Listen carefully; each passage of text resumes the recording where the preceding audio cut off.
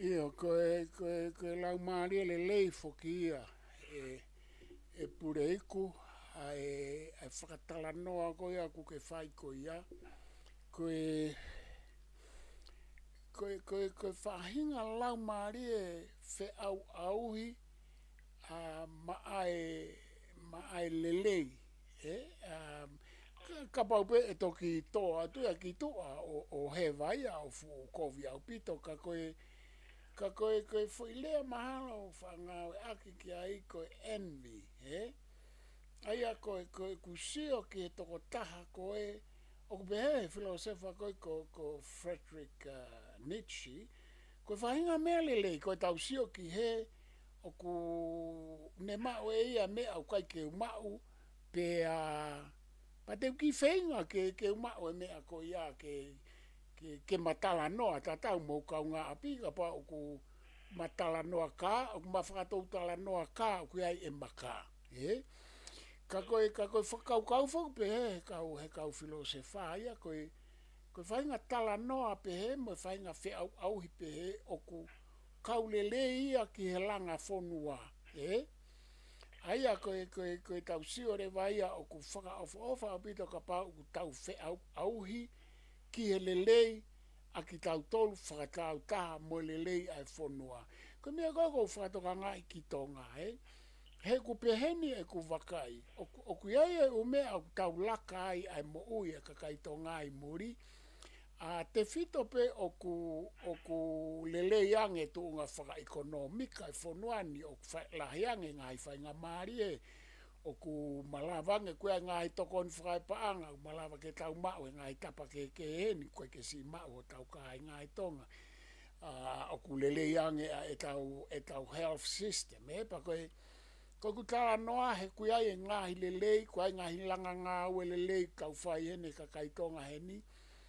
Ka koe taimi ko o ku hulu mai ai ha whahinga tala noa whaka konferenisi, hange koe mea koe nulo tonga hoko koe ni tonga. Koe tau wakai koe tau whaka ofa ia ngā pe ku wakai. E ku soatu koe ki he kakai o ku nau i tonga, tau lava tau tolo mai ki muri no mai tau mo uhen pa tau tok whealu aki hai.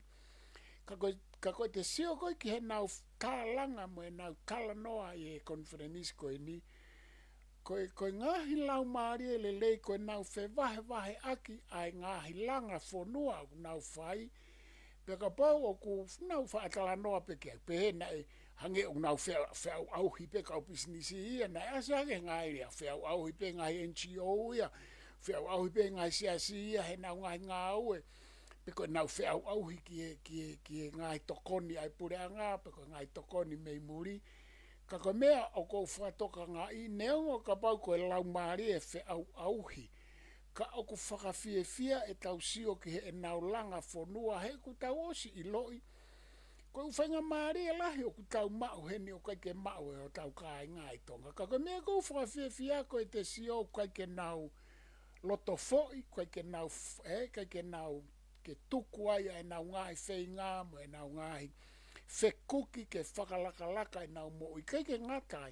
Ka koe nau ngai whekuki mo e wheau auhi ko uhinga mai lelei ai whonua o au ki tō kanga wharehanga ātakai, ala ke kaweinga ātakai, o aruhage ngai kaweinga ke whakawhiawhia au pito. Ka ku whai ake whui lau maari e koe na ke tala noa ke ai wheau auhi.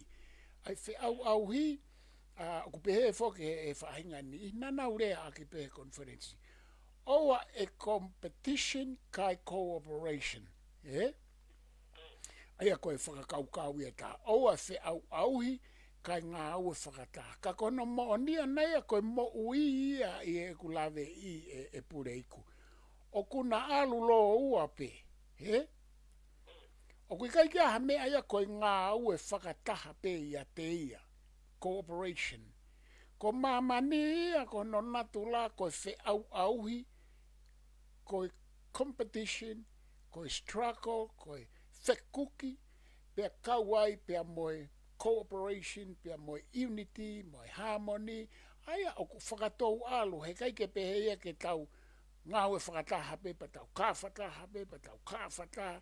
o ku whakatou alo ka whataha mo e paki ai ngahi whakaukau mo e ngahi te whito I kawe inga mo e ngahi tu I ka oku mau ai ngahi lelei he oku malawa whai e fo I whekuki ai fo I whepaki peko e fo I wheauhi o ne whanaui mai ai fo I hamore peko e fo I lelei Peto malawa whekuki ate fo I lelei ko ia ma to I fo I lelei e taha peko ato I fo I whekuki e taha ka oku pehe ka koe mea ko whakatoka ngai I e Fakataha Fakafonua ko ni kai ke fuulea e ki pare mia mo e kabineti na nau mamafa nge katoki ai pe ngai mea ke nau lea ai pe ka pau e tok whai pe whehu I hanga tonu ai kausea kia ki nau tolu pe e toki tari ka koe whaatari pe pare mia pa koe e tokon pare mia koe mea nau toi whakatoka ngai e mea koe ni kau ki afe ki ai na ku wha ia au pito e Puleiku I e ku wakai ki e mau au pito e kabineti mau au pito e sio ke kau minista e nau whaapa ke hei pare mia pe aku o kai ke rea noa ia hataha pe o kai ke tari whehui noa ia hataha tuku kehe ka tok fie mau e hakau whehui pe a moe sea pe ka pau e tuku ha whehui ke kabineti mo e pare mia o ku tari pe ia e pare mia koe ke ngau ha minista ia pa koe te wakai koe ki he nau whaunga ngau koe mea mahena mai ka te au o ku nau ulo aki u nau wheongongo I au pito kabineti koe ni mo e ki pare mia nau wheongongo I lahi pe koe ke usio he nau wheongongo I ko ha nau iri fia ki e ki pare mia koe nau wheongongo I koe nau whe whaka apa aki o ku nau whaka apa au pito ki he ki pare mia ko whakatoa ngai au ia ko he konversio koe ni pia moe konferenis koe ni isa pia moe nau ngahi press conference media conference o kea ngahi mea o ku tari pia kea ngahi mea ku tuku ia he kau minista koe foi pulu pe pare mia pa kone tari pe pare mia kone osi ia nai ngai whehu ane nai aluanga ton ke pare mia o koe pere ha minista o koe foi lea e pare mia nane pe o ku mau sa ia pe ke mau whanongo mo tānaki mo hiki ka mou tala noa ai koe toki ai pe ha foi whehu I whakatapau pia nau tari mai pia ku whaatari pe pare mia koe mea whakas koe kusio ke he whia kakai e whonua kakai koe na nau o mai ki ai pe te sio I he media I lava ke kawat mo kakai he media whasosiare atu e nau ngai whehui pa kou whia lahi o hanga e he kau sea o ngai penolo o si I lau mai ai whakakaukau ai kakai pe ko whe mei kānata mei no usila mei tonga aku te kai ko ku tānoa ke he niu te kai ke whai e hapare mia I ha mea peheni pe koe ke whai e hapare mia ko ni ko ai ke liliu ha mea ko ene ai anai ke kapi mo mono ai langa mo teke whonua mo hiki whonua aku nau whai ko inga ke tokoni ki he nau fo inga ue he ahoni pa ko whia lawe atu ai kātak pe Puleiku ko e kusio koe ki he e pare mia ko ni mo kabineti koe foi mea lahe wha pe ko hanga pe o siofi aki ai e nau lere ko e nipa ko tui te nau lere pe ai ki he osi ai tauni mo whai ai whiri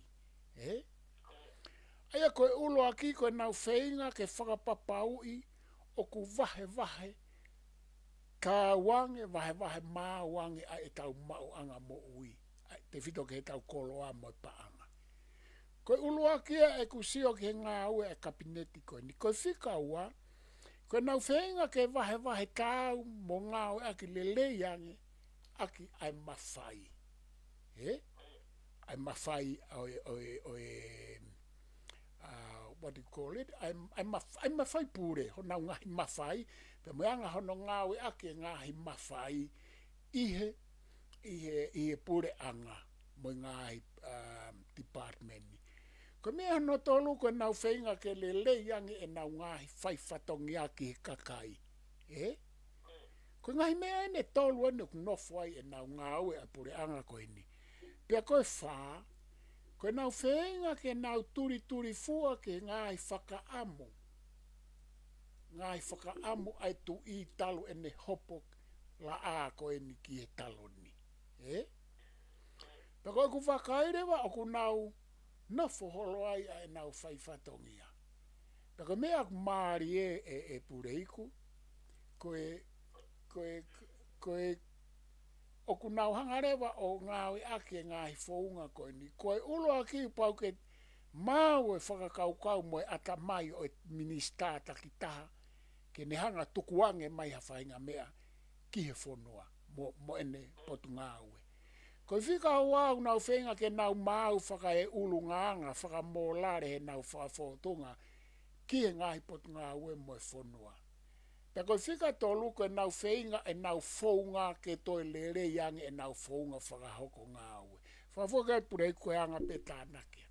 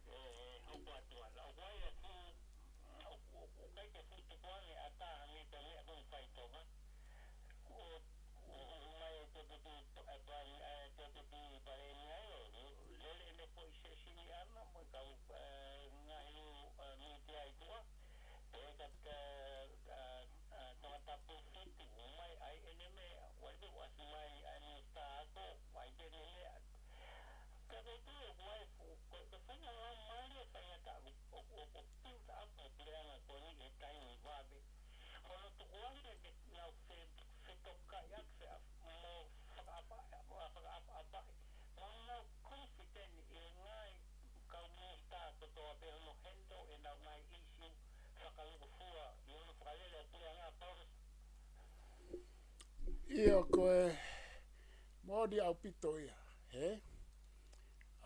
moni au pito ia pea koe mahino au pito pea hango tala noa koe ki muri ni, koe mea koe ke ku wakai ki tonga o ku fo'ou au pito,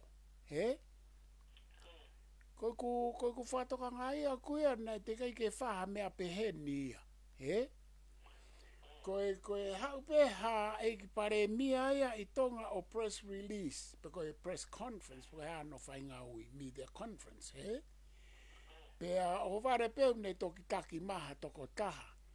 Koe hange ko ho tala noa, o ku hau taha pe kau minista ia whai e nau ngahi whaka eke, pea ke herewa e nau I he whalaite kotoa pe o ku o whakahoko ai a e nau press conference katoa ko e nau tolu, pea koe ku wakai koe ki ai fu o whakawhawha au pito, he koe maare I he aho whalaite, koe ahi au whai ana o Fakataha kabineti, te kai kia hapure anga ia I he ku mau talu e Sao Pulu ke nau Fakataha kabineti press conference. Aia Koe talo kamata pure anga koe ni koe falaite ko toa pe koe nau fakataha kabineti koe nau hupe me loki kabineti ki conference room. Pe aku mei oku nau ie toko fa toko nima pe toi toko lahi ange. Pe aku hange koe lau koe he hoko hake koe na Trump koe ki Amerika. Oku kaike toi ho ha ai kau journalism, ai kau whai ongo he kumi ongo. He oku hau pe ai kau minista ia ai sake eke pare mia minista ia he pot ngā portfolio e tolu. Hau e tokon pare mia oku tolu moia hau a Paula Piven piukara. Ai au nao mai koe a koe ngāhi department ia fia. Mei hongo fulu he whalaite ko toa pe nao mai. Kai fiu e kau whai ongo he tānaki ai whamata mo e whehu i. Hange koe lau koe ki Amerika. Kai ke ilo e kau whai ongo e pe hiki whe ongo hono. Ai umea koe a President Trump koe o kutukuange mai whakalau miniti, whakalau hou, whakalau aho. Ka koe ku wakai koe ki ai koe mahu i ngā. He ku nau wahe mai ai. Mo ai ngahi mea o ku hoko pia nai hoko mo anga e nau ngahi ngā ua ku nau whai atu. Pe aku koe fu impeki koe ai talo e ho ai kabineti koe ni. Ai ola koe e ngahi mea ku nau hanga o mai ke whonua. O ku mei lahe ange ia hafo i kabineti hata ue ua. Paku sio nau whakatoka ngahi ngā ua e taimini nei. Ne keiki uwhanongo nei whaha tala noa. Keika nei o si hau he ongo. Hange koe ni os whakatoka e langa hala whakawakawa. Whakatoka in ko whakafoki ai spoti koe nei whare spoti mo ngā i mala i spoti nei ai koe mala e tonga hai mo sport auditorium mo tonga hai os whafoka toka he pure anga pe mo te tokoni make asiaina. Ko osi whai hono whakawae he aho tātou lupe he weekend. Ai amana ke langa ho tau whare area fo o koe i he tofia e tu i tu mahina.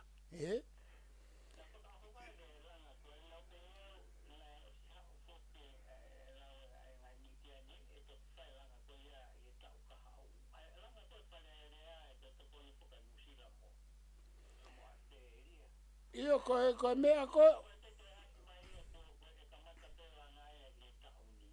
Kamata ai langa e tauni pa koe mea ko lawe i.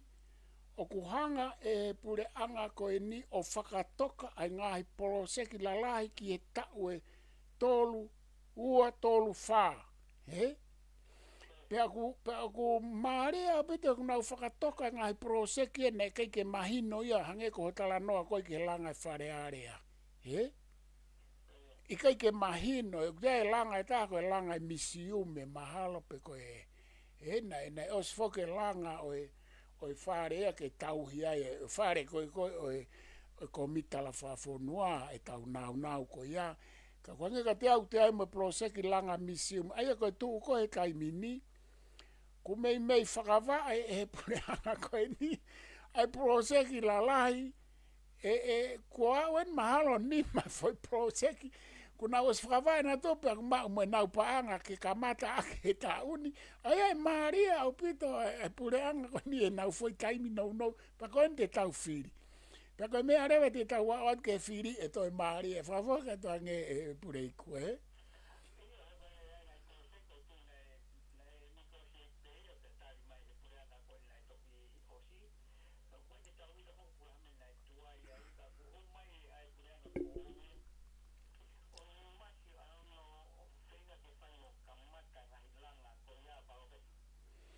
Io, koe mea koe ku Maria pita Puleiku e tau pure anga koe ni. Aia koe tala noa o kupehe. Koe anga nia e ku wakai pe akuia. Pe ko osi tala noa kia e Polokalama koe pe mo VPO e nā. Koe pure anga koe ni ka tono ato ai pe e nau langa ngā ue mo e nau langa Fakalakalaka mo e nau kapi mo e mono. pe e hoko e fo I tau e taha, ko blueprint, pe ko e fo I mape ia, tene a koi, mo tataki, hapure anga pe I e kaha u, ke ngā ue, mo whakalere fonua, he fo I founga ko ia, mo e fo I sipinga ko ia. Ok, whatoa ngai e Puleiku. Aia ko tau whaambe ke wana whai pure ango nea fo I whakatuputupu lang ke tau toi wāla wai.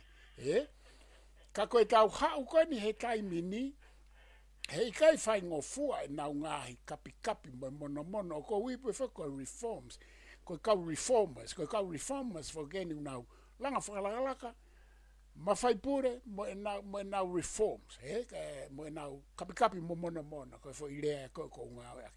E ku nau hanga o, na o mea na kai lava lei o mea na nau pe he o faido ko hanga na ka toke tai ma ka ne si pure anga ko ka ke ka ko uhinga ko hanga ko ai hanga pe ni ku tala no ka pau e alua tai pe pure anga ko ni he fo I kau pe au mo fo I afo ko ni e mari au pe ngai mea te nau whakatoka he ni pe e te rau fuongo I ke hea pita kato e hao hapure anga ia o ta e whai e mea. Hei kwangi koe Fakataha Fakafonua koe ni. Nei whai ngahi whakotua ne nai koe ngahi whakaamu ke rere whakatau taha. Paka pau rere whakatau taha. Koe nau tau mua e whahinga na nau whakotua e whakaukau koe ni koe nau pehe. O whakaamu ke tau sio mau peki he mea kou tau tala noa ki ai. Ke mahino tau whanonga whakataha mo ia I he fo I palani. Mantu I whukuri ia te fo I palani ko ni. Whakatau hongo fulu fo keni e hao e pure anga kotoa whenga ke mui e ko fo I palani. Whakatau hongo fulu en. Ka koe mea ena ia e pare mia malolo ani. Nai whai ni tāno apa ne pehe mahuinga e fo I Fakataha Fakafonua ko ni he koe palani en ki he tau whanonga he tau hongo fulu. Ta tau pe ko whe pure anga e hoko mahe kahau.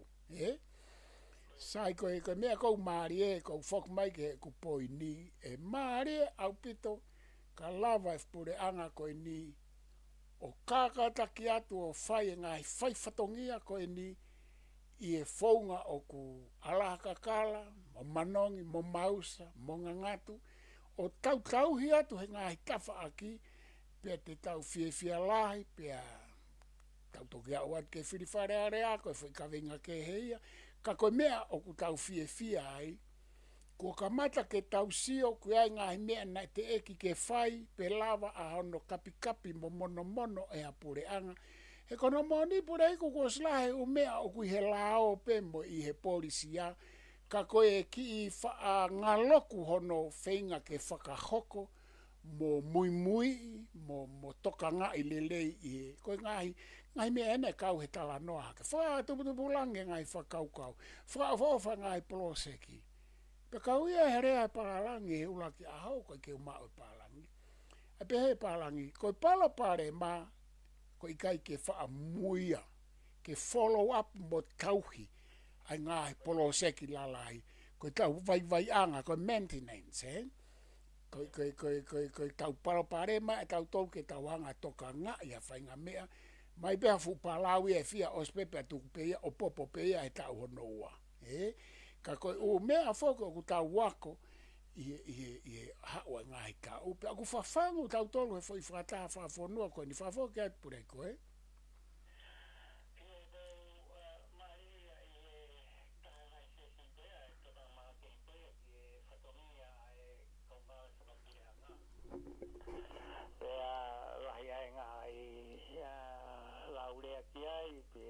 mono ngai fika ni te pesete no e sinia ai vahe e kau ka pesete no ai vahe e kau whai a ko o mai pe me silin Fakalakalaka ko ia pure anga ma te te ngai ni ke ngai tose ku vahe me ka very substantial amount ko ia o fonua o ku vahe me kau ngau e whakapure anga nai mari ai ngai whakamata ai mafuri koi au whatongia o hange o te tokanga makeheange ai whatongia ai ngai gua kua puri anga tau e kamata kia na whewata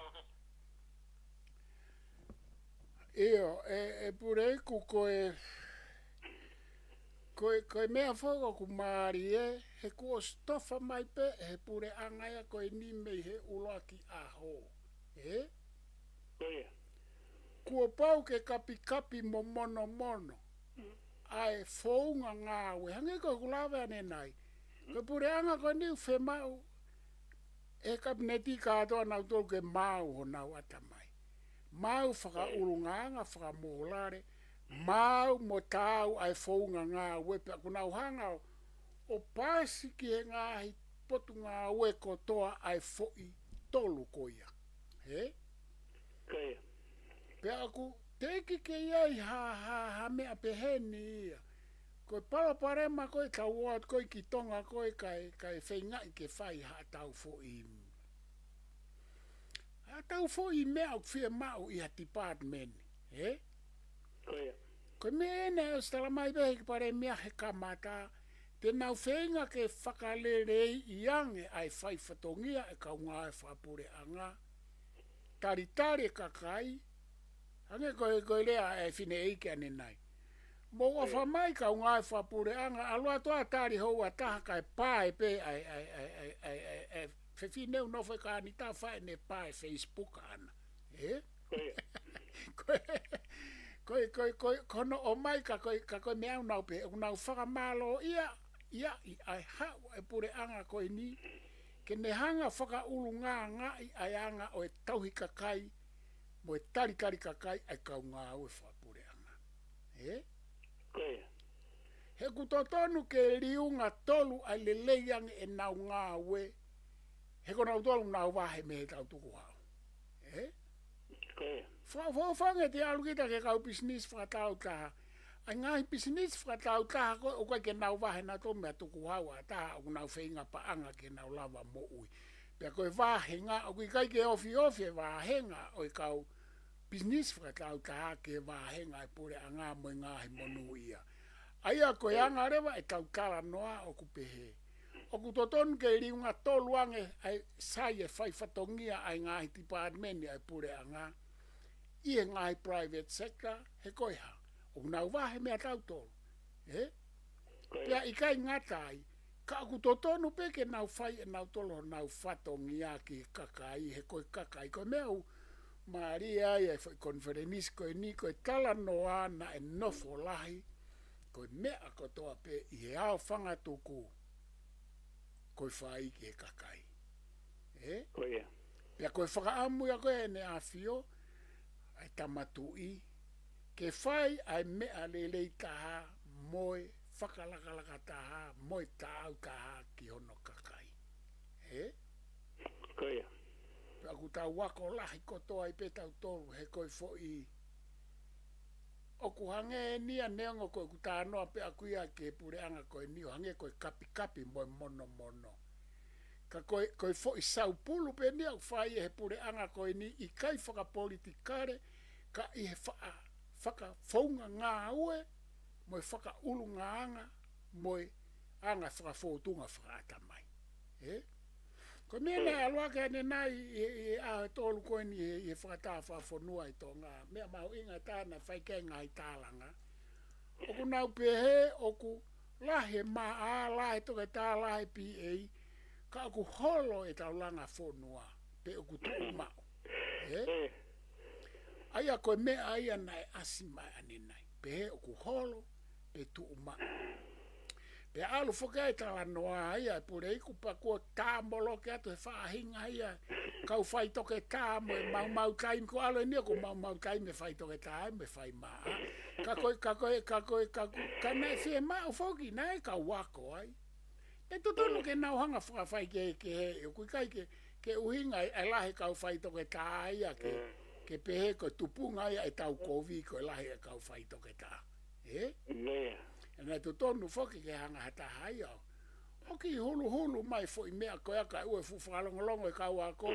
O siange koe foi aho ia tolu koe niu pehe. Pehe rewa foi whakarea ia Puleiku. Whanau ma rewa pehe foi whakarea.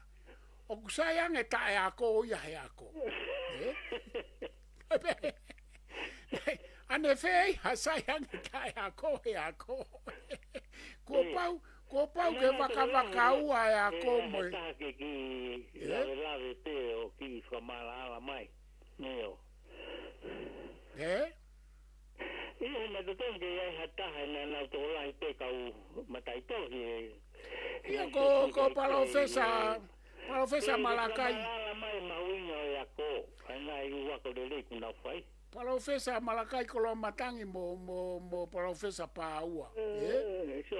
Na a masaso na totong ke na ko naua me ta whake a ko toi whakalongolongo nau. Koe lotu. Ngai komeni e. Hau te whukungai tau ngai Facebook. Toki mau e.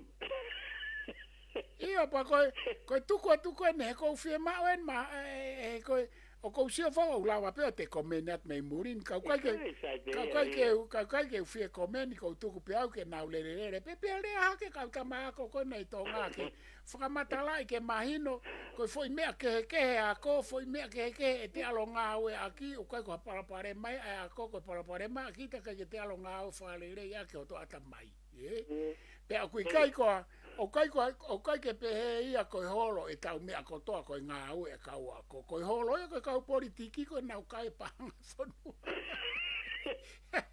tapu mo ki nau tolu Avocat de Puleiku. Profesa. Session goni ai tau I ko o fai hala, anti-corruption ko section 4 block. Mali abito no ai formatala ko na utale kitaya ai va fu ko ya. Pero si ko fai ko ne presentation ka ko ha foki on fai ta mai ko ni me te Siosiua. Why foi tata que se tata ko o lo tanga fai fakataha. Ko ngana ke komisioni komisioni. O ku mare ku wakai ke ongo fo I va ai tolu ko va ko ya ko ha ko no I ko public commission ha service commission I go ke commission ko ta fogia ko no corruption ni ko hingat ki ai io ko hinga foki ko hinga foki ko kupu e tolu ko public service commission ko foi va foki au nau fai CV ai ka hu mai mo fa fo ko ai ai ko foi va ai eta ko ngai va foki ne to fo tu ke monitor mo to ka ngai ka ngai fa pura ai fo tu ombudsman io ko foi va areva ta ko ombudsmani ko tala no ani ke nga hiva ko fo tu ke si ofia ke fai hia nanga fo ke professor Malakai ko matangi au o liu ai corruption ko ne liu fratonga ke ai ko hori covid ko ne foi whakatoka ia ne nai ko hori koli ai corruption kai ke toi pa opo to ton ke tau ngā wea kia heku hange ku toi ki ongo vipisi ka koe anyway ka koe ku uhinga ku tala no iyo koe foi to mali ai profesa no tuku mai pero hange ute ne hange to tu lo to hange ai corruption Ia ka koe me a foki e iai e ulea whapapalangi a koe te tau fie mau ke ai kai hori kovi ko sanga e a to hori kovi ke corruption ko kuhinga tala noa fotu ombudsman ko umea sivi ni ko ke sivi ake fai hia ko pe ko hori kovi ai pure anga osko ya toi fotu weni ai me ako ni ko komisioni ai fai hia komisioni tau e fai hia o te mare ia ai ako e fare ako e Malakai ko komisioni tau e hori kovi Kai ke ko mea ko fie lave atu ki ai o ku mai e kia te au e ku sio ke ko osi ko ni ko mea ene fia ko tika ke sio ko u mea pe foke o tau mau he ni ko to atu pe fok me he ni fa pipi ki tonga Aia ko mea ko maari ia hange ko tala noa ko a kalafi mohai ane nai. O ku hange ko ke tau toi lava tau tolo whakatupu ha mea i tonga ko tau toa tu pe hanga ko refa papalangi fo ko copycat tau to fu atu pe foi mea heni hake tau to fu atu pe foi mea heni hake ka ko mea ko maari ia ai ko osiane foi kupu ene tolu tolu pe kaua ki ai mo whakamau anga mo Department of Justice ke whenga i koe ke tau whai totonu ai kaunga e whapureanga. Pa koe ni ku toi tala noe paremia e toi ai mo whistleblower i loto e pureanga. Ai koe tau sio koe mea maari e mone no whenga i koe ke tau whai totonu.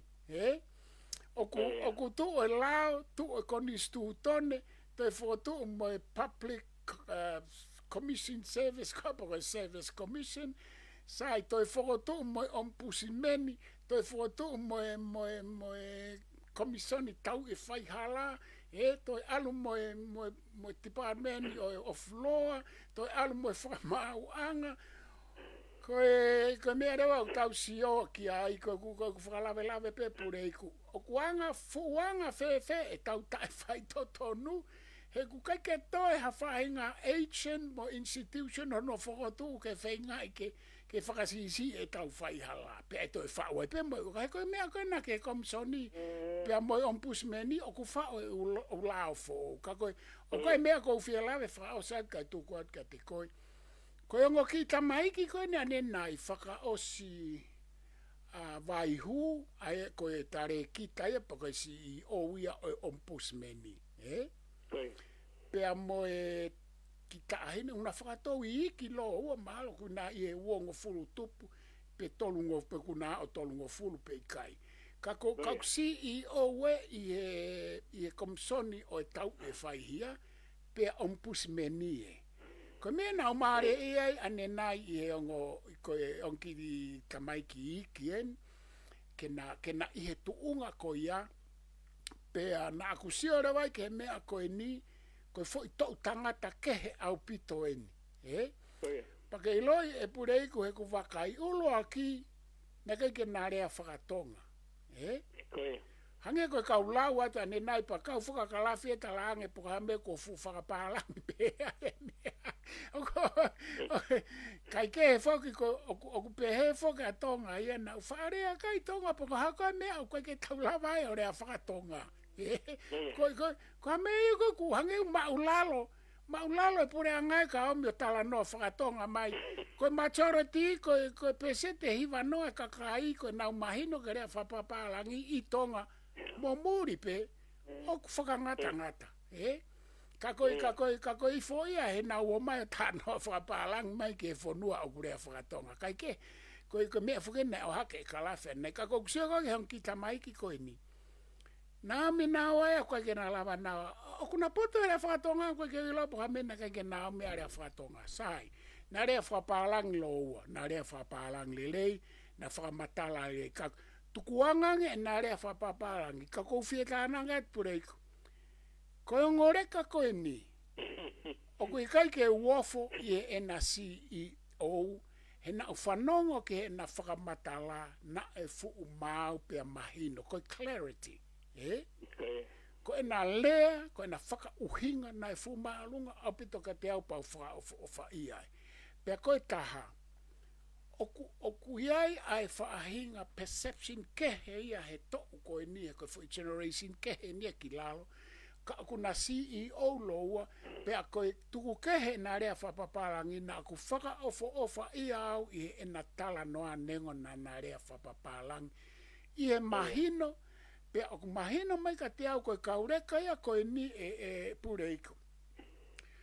Totonu pe hono o ato e whaahinga organization tau ia o justice pe ni ke kaureka pe ni he nau tānoa mai nau tōu mei loto, meo nau loto, mo nau ata mai he nau hanga mamahi I mea koe justice. Whawhoke at Puleiku, eh? Ia, o me koe kaureka koe ia koe message. He koe, te nau alu hanga tonu ki nau tō. Iyo, koe foi poini. Koe foi poini.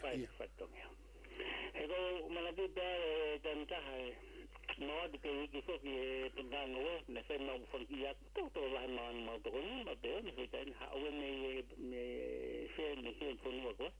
Fakataha pēr lahi whanki ngā ue, mau o ki ai. Koe kamata nea koe whai tō tonu, Ke atae atamai mo whakaukau, nea ko tape pau ke ano lekot, moe ha, moe Iyo. Alpe atai ia, iro to koe hao e whakapiko-piko, koe hao e whakangaringa. I kai koe... Kai ke te he ia, ko mau aha, sirini. Ka koe kunga whakita mai ki kona ko hake koe e lakanga koe la, ngai lakanga koe na anti-corruptions mo mea. He kai ki nau te, sio koe a koe kai ki nau te afe nau tolu me he a koe o ku nau whai e nau ngau. Koe nau ngau e kai ki lawa ia toi afe. He koe kai mi taha whoku tau ilo te, tai hume tau ngahi nganga whakatonga mo mea, koe ngai exception ia whakae whakitūtūni whakalao pe whakamea. O tau manako mau pe lere tau mea, mo wale pe ko hua ke exception code. Toki roi a peta koe ko to whamiri. Iyo. Nau mea pe paukas. Iyo, oku maarea o pito Puleiku, he? Mahalo tatau pe e ta sio ki e ongo tamai ki kon CEO e ompus meni, poko omput meni, pea moe komisioni tau I o e vaihu, pea moe whakaiku e kaha ko e whakaiku mei hawakatoro mahalo ko hai koe whahinga ko ia. Kai koe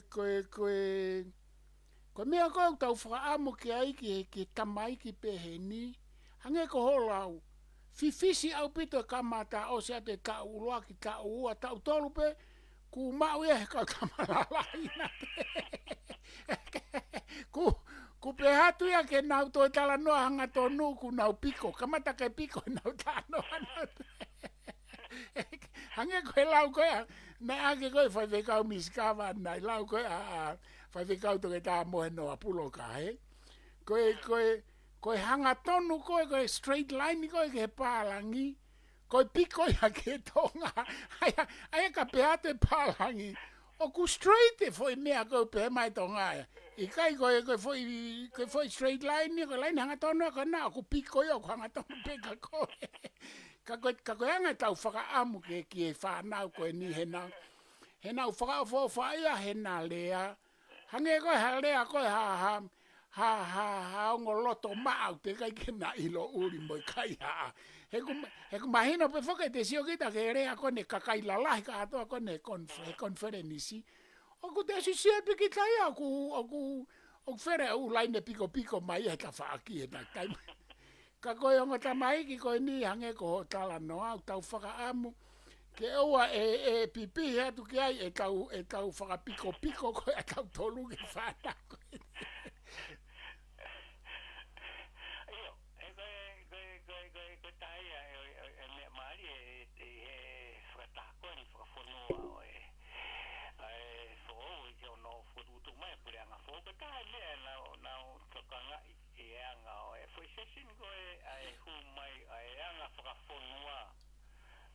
Iyo.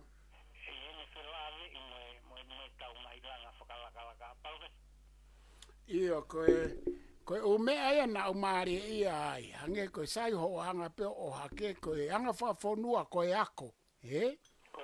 Nai ai se sine ai ako anga whafonua. Koe mea koe na ku whakatoka ngai he anga whafonua. Na mea akia e vaea mo toko taha. Ko pe hatu hanga tonu pe whaka a igno pere vaea ia. Ko mou whakat ke kau pe nolo. Ko mou whakatūtu ua, ko mou wame whakatūtu whakapālangi hono whakalere u Polokalama. He? Pea koe mo oni e Puleiku, oku pehe e ku Siosiua ako. He?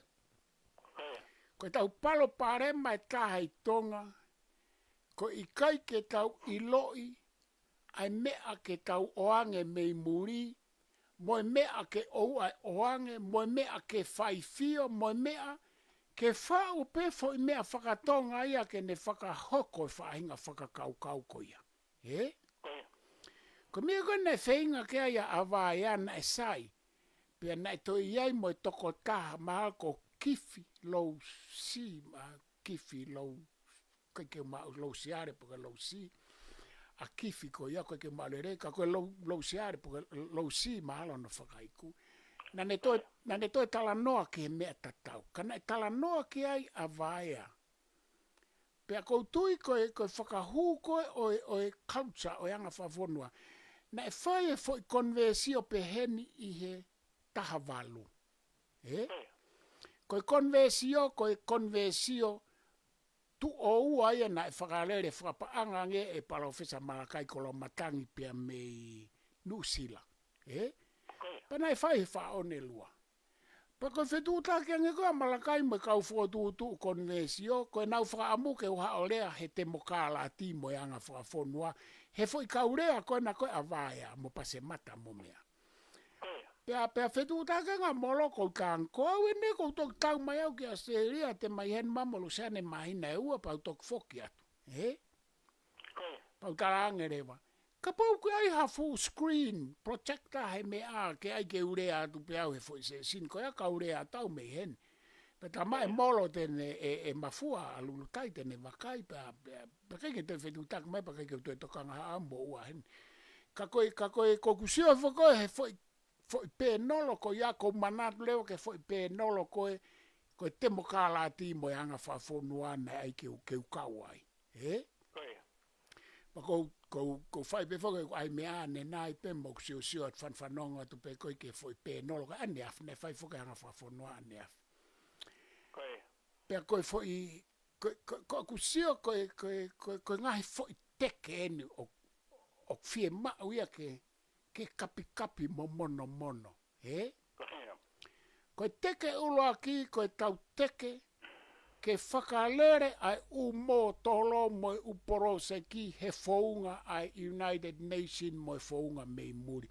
Ie u methods pako no wharea, methods pako u mō tolo mei muri. Sai. O kulere ai community services mo NGO, whai taki mau pe mea ke u services mei muri, koe ai mea ke domestic violence, ai mea ke youth, ai mea ke women. Sai koe kusio katoa koe ke organization koe apa nau ilo katoa e au nau tolu i tonga. O ku ikai ke iai hafo organization nia he NGO mo community services e koneki ki he kauta mo kakai he nofo ai tonga. Peke whakautanga e Puleiku, koe mea koe ke tau lava te kolo e upalo pare malalahi tonga hange koe drugs, koe whaito kona tapu. He kui kai ke toe hafo i founga ia e muri he tau hanga kopiketi atu ke ai aki ai whaito ake tau palo pare masai. Koe ulo akia, koe ua, oku malawa ke tau o atu, ka tau hanga whai fio pea mohanga ai founga mei tonga, e malawa ke ngā ue ki ho tau kakai. Koe hau koe ki he ako, o fulahi mo e tau whai taki he tala noa ako. Pa koe tau hau koe ki he langa Fakalakalaka, o ku toe lahi mo e tau whai taki he langa Fakalakalaka. Pena e whakaasi e vaya i he ne mea ane afi. Hange ko kulawe anai, nane pehe. O ku mouhanga o mai e umea i muri, o mai ke whakarere aki tau tonu. Kana ne omirewe ne whakatahatau ne pehe. O te kei ke moange motorea ke mou ngā ue mo no pere o i kolo. O ku te kei ke moange motorea ke mou ngā ue mo i kau tau hi whonua, mo i kau mata pure, mo i kau ilo o i kolo. Aia koe mantui foki koe tau mea whakatonga, te tau kamata he api mo kolo, koe tau nofo koe he kolo mo tau nofo whawheitu u, ko ho foha, ko hoku foha. He? Koe nofo ia koe api, koe nofo ia whahinga, koe nofo ia kāinga. Sai, koe tau hau koe ki he kautsa ke hanga whafonua. Hanga vai ia o whakahoata mai o mea o kou whaatala noa mau. Koe o mea lahi peheni tonga koe, o kou kau ai, o kou tuki hanga tonu pe ho tau vai anga koe ke tau lava ngā oe aki haa tau tolu. He? He kui kai te aha mea ia e aonga lahi mo mahu inga ange ki he tonga ka koe mea koe oku haa nā mo mahino ki ai. He? Hange koe ni te whakatata atu. E whakatata koe ni. Ki lo i tala noa koe ni he. Talo e teke mai whakatemo kāla timu e tau tā noa ki he. Koe ata ki tua, koe ata ki loto, koe tari ui. He? Ki loe o mea katoa koe ia, o ku kei whakawheki ki pei tonga pe ku kei mahino ke heke pe kaka ia ki ai. He? Koe ku hingain, koe ku atu pa koe whakatata, o ku where a e tau o mea whakatonga, hangi koe tala noa ke te mokalati, ku alu hake me kau tā noa te mokalati a neafu mo ahoni ke aike tau whai mo tau ririu. Kau atu me te mokalati he tau sivi atu pe aike tau ngā unu atu ke te mokalati e taha. He? Koe umea katoa koe ia, koe umea tae mahino. Koe kakai o ku tae mahino ki he whaunga mo e tala mo e anga whakafonua. He koe palapare maa hange koe wafe hengo furu. Nei kaike nau lava ke whai e fai fio ke alaha kakala. He? Pea koe tau palapare maa. Kata whoki mai ke he tari ui. Sege mea koe ni tari ui, ata ki tua, ata ki loto, ata ki langi, ata ki lalo. Pea koe ano whai ngā ui. Ka koe fwoi mahino ke he tonga. Mei he ako pure anga moe ako toka mua, moe preschool o tau ai ki he vai. Ko pehatu pe koe, ko anga whakatata pure. Ko pehatu pe koe ki ai koe whatongia. He? O kui kei toi ai e whatongia ai ke tau toi ai whau hafu tohi toke tā ke whamatala. I mean, koe mea ina e whau ai e ku toke tā.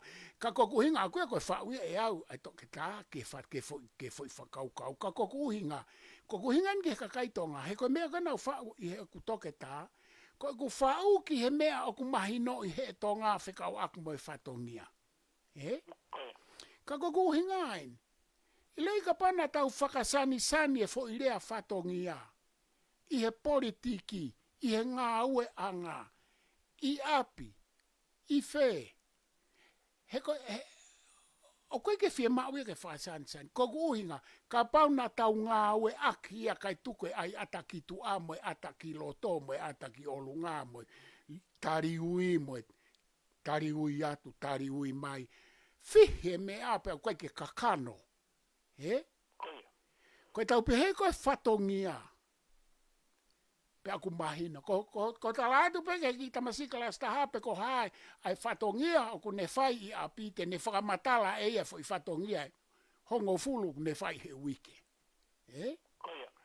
Pa koe uhinga koe ku tala noa. Koe ku wakai koe ki he tālanga whafonua.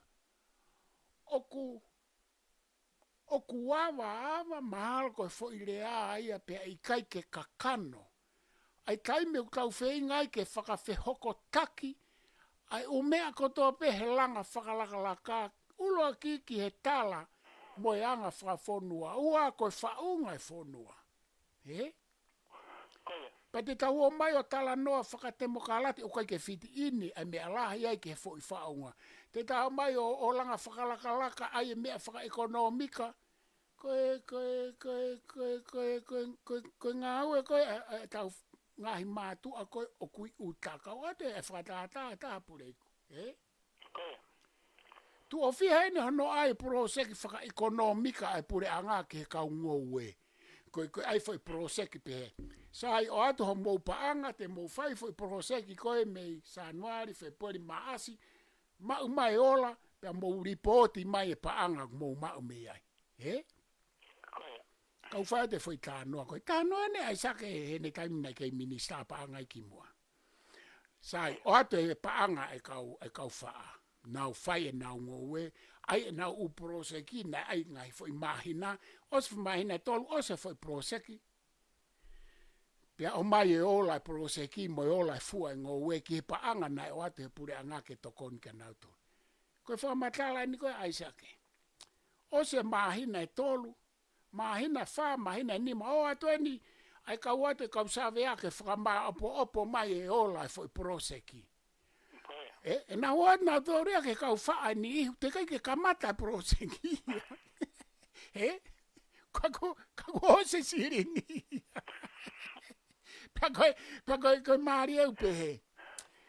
Whai pe ai whai proseki, ai ulaki mahina, hoko foi langa fale lotu ia ai kolo he mahina hono wa ai au mei mahina ia tolu e foi langa fale lotu tu ko proseki ia langa fale lotu e tama faia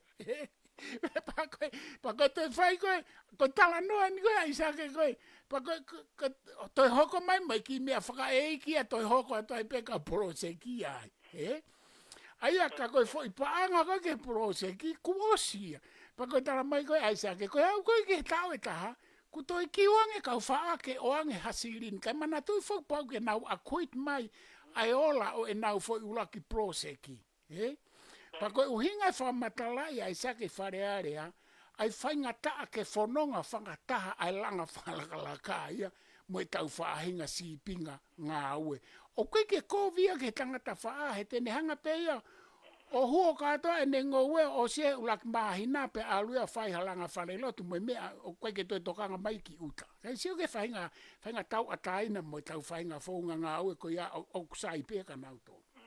Pe ku malava pe ia ke ka pau ko ose ne manioke te nau kaina to me manioke ai hono toko ua. Ka ke ko ku hinga ku tala noa ko vai anga e ta ai ku toka ngai ai Fakataha Fakafonua ko ni ke lea to ia pete o ato haku ki message ko no fo pe nga au pe mosio o ku tau kai fanga ta ia pa ko mere o hoko ki u business ko u NGO ko u community services o ku ikai ke to e haki mo tolo nga au e ma ki method nga au e muri hono o atu o ai ki tonga o ku ikai ngā ue ia ke whonua, kou whapapau atu. He kai ke nau lama e nau tōlua mo u whaunga mei muri o whaito o ake e tau palo paremba. Ko e tau palo paremba langa Fakalakalaka pe koe ha, kua pau ke whakamari pe tau sio koe ha ai whanau me he whakamari koe ia te tau lama ngā ue ake. Ka kua pau ke whakamari e mea kotoa pea. Tau iloi hono whakamari i ai mea ke ngā ue aki ke ne whanau i mai ha whanau tama ke tau ngā ue aki. Pea koe tau parapare mai. He koe uhinga koe ha. He koe kai ke loloto e tau ngā ue koe ki he tau umea koe. O ku mamore olunga pe e tau o mai. Hange koe waafe hongo fulu. Koe ku whakarea totonu. Momore olunga pe mea nei taaki katoa, taaki fua, ko foi rene aitonga. Na tau taaki fua o haaki fua he fonua. Pea ko usio atu pau ki he afo e foi mea ko ia e tau fononga mo ia. Tau fononga mo ia. He koe ka kai katoa koe ni o fai kei tala noa ko me pe sete hiva noa ia nau tolu e tau kawako koe ni o tala koe ke sai e kawako. Ne kai ke nau wako nau tōlia ke foi mea kono kou tala noa kia. Koe ako e tama ki accounting, koe ako e tama ki he haa, koe ako e tama ki he lawyer, koe ako... Pake taimi kou nau mai ai ke nau hanga whau e whonua. Mo langa Fakalakalaka e whonua. Te nau langa mei whe, te nau langa ke pe mea na nau wako ki ai mo nau ilo ki ai. He koe whai ngā ue ma ke heia Puleiku hono whakamari ai anga o e whonua mo e tala e whonua mo no historia mo e ilo ai whahinga tangata he umala. E koe whai tala noa ke heia. Pako tala noa ia kuloloto, pako tala noa ia whainga taa. O si ai ngai whonua ia ko nau ngā o aki maa mani. Ka kou siu atu whake tau whaataha noa i tō ngā ko pe. Ai ke tau hange ko Singapore, ai ke tau hange ko Siaina, ai ke tau hange ko Tupai. Ai ke tau hange ko sia pani. Puleiku ko ngai fonua ko ia, lo loto e nau ngā ue ke fo i mea ko e ni pia nau ilo e kaimi nau whakamari i ai moe half offspring ke whanau i mai me foi whakamari ke nau ngā ue aki. Pia ko mea nau pakehe ai, makehe ai, pia nau pakehe, kai koe foi rea koe pakehe, makehe, pia tupure kina e nau u mea lahi. Ka oku fie mau ke tau wau ke foi mea koe au. Ke tari au, nau sio atu ke mea ki he ako. Sio atu bau ia koe foi palapare mata tau pe talanoa e talanoa ke he ako. Sio atu ke talanoa covenants. Sio atu ke talanoa o ekonomika. Sio atu ke he koe poini o peheni e Puleiku kau whakafoki atu. Koe whai katoa e tau talanoa he u sektoa, he u departmeni, he u whaahinga koe ni. Koe umea kotoa na e o atu. Pea koe umea kotoa o ku hiri whaki hifo he historia moe tala moe whaunga e whonua. Koe mi ene whawhenga mā vaea pea mo ko wana wawau. Whaiwhekau e no pere, ko hai koe ai no pere, me kau whololo e hau. Ko mena na whainga ane nai ke na o mai, ka na kai ke na lava whamatalai mahino le rei mai. Pa koe pehea ke pea i no pere wawau. Koe tau tānoa te mokalati, ka koe tau, kone fo i whaosia, koe tau, koe te o mai e pe e lope centure te mokalati. Toi o mai ai pe, o kou sio ke kakaina o atu, pe ai ke kau wako, o ku lahi kau wako, nau maare ea herea koe lavu, e wad lavu. Koe maare ea lavu, lahi u maare ea lavu, pa koe lea tau ata aina mo maa taha ia konferenisina kau ai utanoala. Kanai pe he lavu. O fa mai o tuku ai o mai e kau consultant muri. He ko lahi waware e kau toke tā, ko lahi waware e kau maa, kau wako i muri motonga, o ku malawa ke tau o mai pe a kakai tonga ke whakangāwe. Ke whakangāwe he ngai mea kone o fie mau, pako pe he e lavu. O mai e tau kakai me i muri mo i kakai tonga ni. Ki leu sio kai ke wafe hongo fulu, o ku toi sipinga ra tau pe mo e fo i Fakataha Fakafonua koe ni. I he uhinga koe ni. O ku o siai pe kakai pau ia, o ku ngawe aki he pure anga ke fo i wafe hongo fulu. O ku ikai ngawe aki e kakai yako ia, e ke te mika ia ai fonua. Pakapau ngawe aki mahalo ka pe sete no ata. Ki leu foi tufunga fonua koe foi saupulu, ne kai ke ngawe ake hakau e ke te mika ia.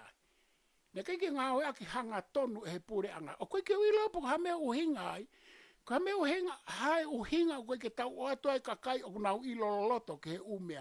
Pa koe uhinga ia ta, o mai e kakai e te whakatata, o mai kakai ke nau tala noa he tala e fonua. Hala atako hanau mala ai tala e fonua, mo e kauta. Ihe riri whapolitikare. O mai pe kakai e tonga, koe kau whai ako nau ilo whangatangata, koe kai kakau e ke te mika whamaman lahi, nau tolo e ke nau ato hulu i mea koe. Pe na iku pe ia o tala noa ia, ihe ririu he wafe ngo fulu, koe tau mo o iu to ton ke ai koe hange koe lala ngā koe whi unu ai hoi ki whawhine. So nge ke mea koe ia, o koe ke pe au kowe e whi unu mo lalanga i kakai whewhine. Ka koe tala noa ia ki he ngāwe a kakai whewhine ne, ke tau tā noa ke tau tolku ha whonua, ha tufunga whonua.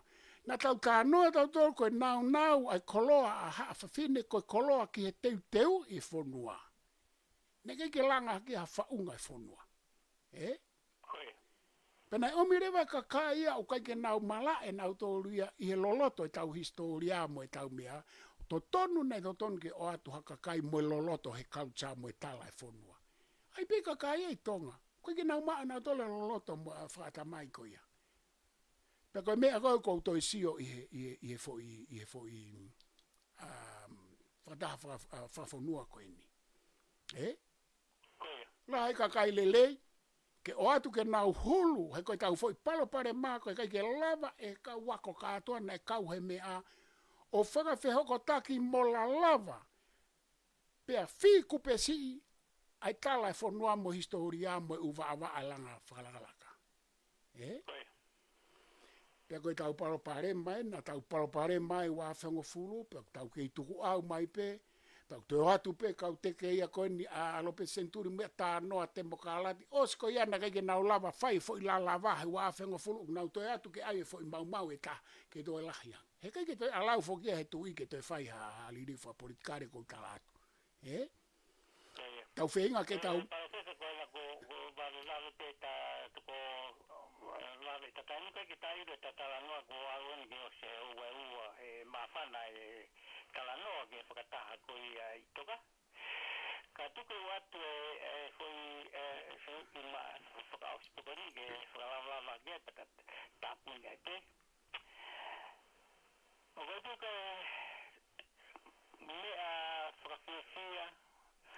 hai te mama tatonu ahono ai me a fuoloa ai tama pinisi mo pinisi si Fakataha koni me Fakataha loloa ai nanau ka te kina pe ai loloa o Fakataha kanau me a pe ai ke whanau ke kakai e whanua i tālanga o ku whai ki e whakututu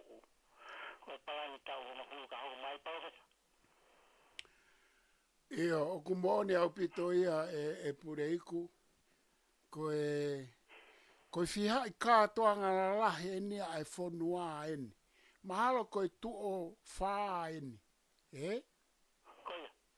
katoanga aho hoko e fia o kume ape ai tamasi plinis kalauni pe ko faka ofa taha man merie taha ko to me ape ai me taha ine princess kalauni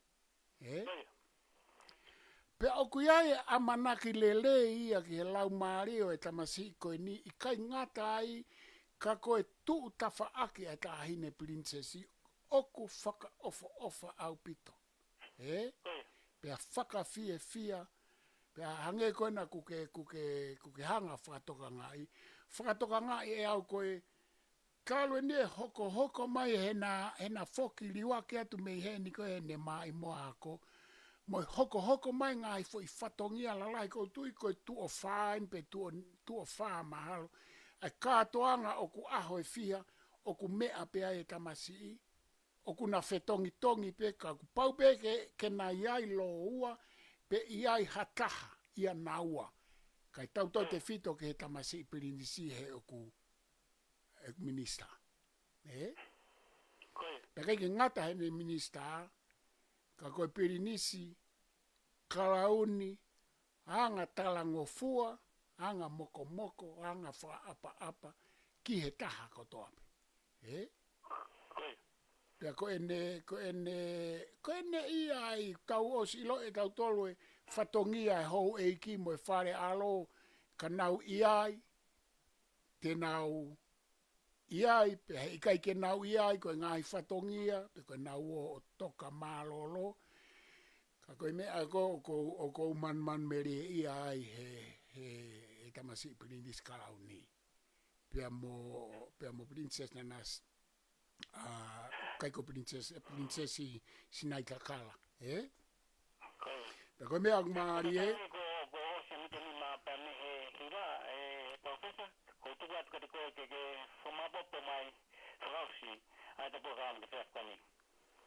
Ia, pa koe whakausi pe kou whetā nā kei te tala noa ke kau toke au whangatuku ke tamasi prinis kalauni. O ku pe he pe whare alo o e tu i koe ni mo e tā hine kona naspau tuku au. Ka hoko ha kātoanga pe o ku nau iai, ka aho nima te nau iai aho nima.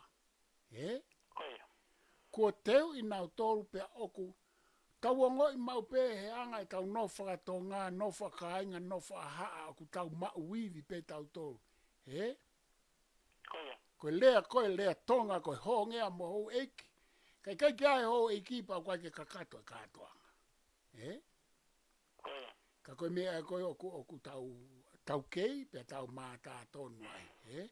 Ka koe whakausi kou whia whangatuko atu, pe kou whakamalo atu Puleiku. Koe tala noa whaka ofa eni. Pe ku tala noa ke malo hinga mo i vai anga e Fakataha Fakafonua koe. Pea pa kou whaau mo pe e whai atu e whanonga ki ka uka toi hoko he ku fula, ko ku uhi ngā he ku lawe nai.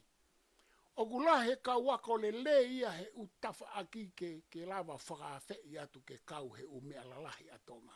He koe me aini, koe Fakataha Fakafonua koe ni sai au pito. Ka koe pesete e walu noa ia koe kau ngāi whapure angape. Koe pesete fitu noa kau ngāi whapure anga. Pea toi ngā pesete e ua noa koe kau pisinisi pa pesete hongo fulu me toi ngā u sektoa. O whia mau ke toi whai hawa kai kia. Ka kou whamalo ka kai apart from that. Tuku kehe au tau whawhetai. I eik pare mia ko ni mai kapneti ki hono whai ha unga oe maa onga na ikai ke whai ki mua. Pea i hoko koe mape ke tātu ki ai ho tau hala he tau whanonga. Ka whawhetai mau whanga maaria ka tātou hoko atu. Hao sa ngahi wike me heni ka kou tatau atai ofari. Ko tata me sinta fitu tane he wape a ko mowea mai a pia professor toka ta Siosiua tani tani university law pe mo sila ki tabu ki me he Polokalama ko ni 100.3 FM te matatau atu katatoki hoko atu.